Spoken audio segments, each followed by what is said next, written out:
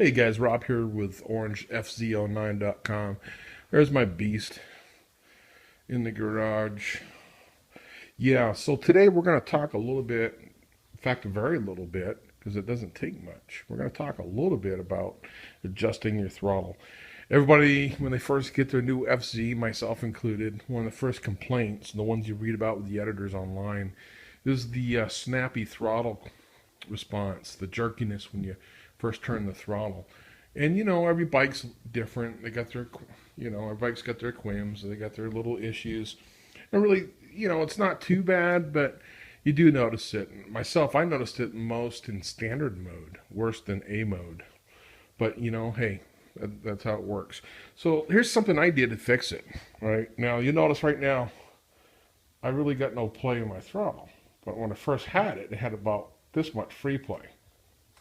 And I like my throttle a little bit tight, Well, here's how you fix a lot of that with the throttle control. Okay, so you take your throttle cable, top one right there, run it down to about that far, and you'll see there's a clip right there. If you can see that clip, pull that out of the clip.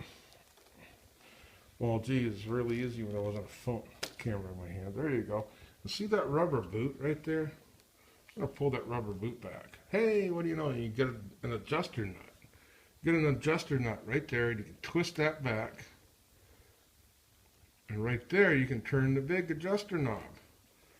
This long thing right there. If you turn it towards the bike, when you're standing in front of it like this, turn it towards the bike, you're going to loosen the throttle control. You're going to actually give it more slack. To take up the slack, turn it back towards you. And then tighten your lock nut back up next to it. It's all hand, you don't need a wrench or anything. Get that good and tight. Now, put the boot back down. Before I put it back in the clip, I like to make sure it snaps back okay, all the way back.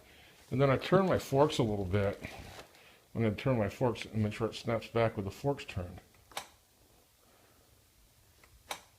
Yep, and then turn the other way.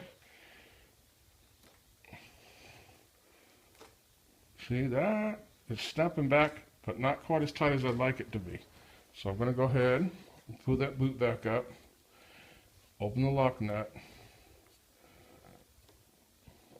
and I'm going to give it just a little more slack.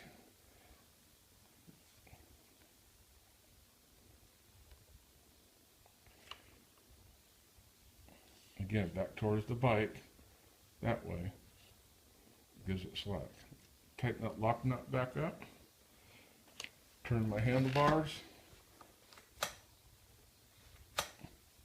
There, I got no free play, and it snaps back either way.